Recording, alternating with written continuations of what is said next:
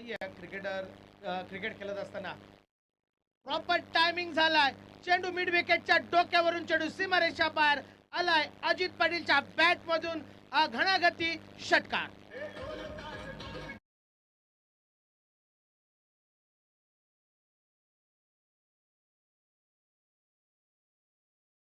Veg आहे. आज साईबाबांचा दिवस आहे, गुरुवार, आणि यमराजी म्हात्रे साहेबांचा वाढदिवस. आणि या वाढदिवसानिमित्त आणखी एक अजित पाटील आली रे आली, आता तुझी बारी आली, चले जाव षटकार.